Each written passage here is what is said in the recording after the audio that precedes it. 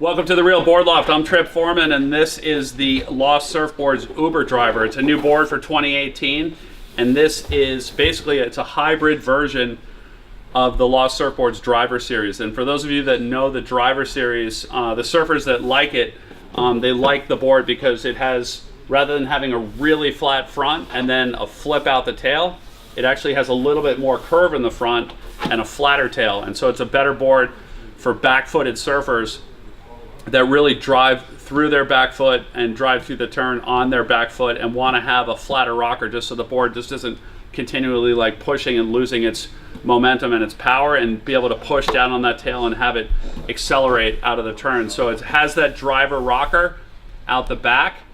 It has basically a sub-driver or driver style rocker and tail outline, but then more of a hybrid nose.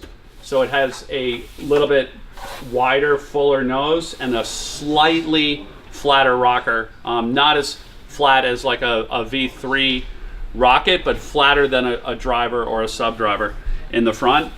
Wider up front, and then that familiar like driver, sub-driver tail out the back of the board. So basically, you know, compared to a sub-driver, you can ride this board still even shorter than a sub-driver and get that same rocker feel underneath your feet.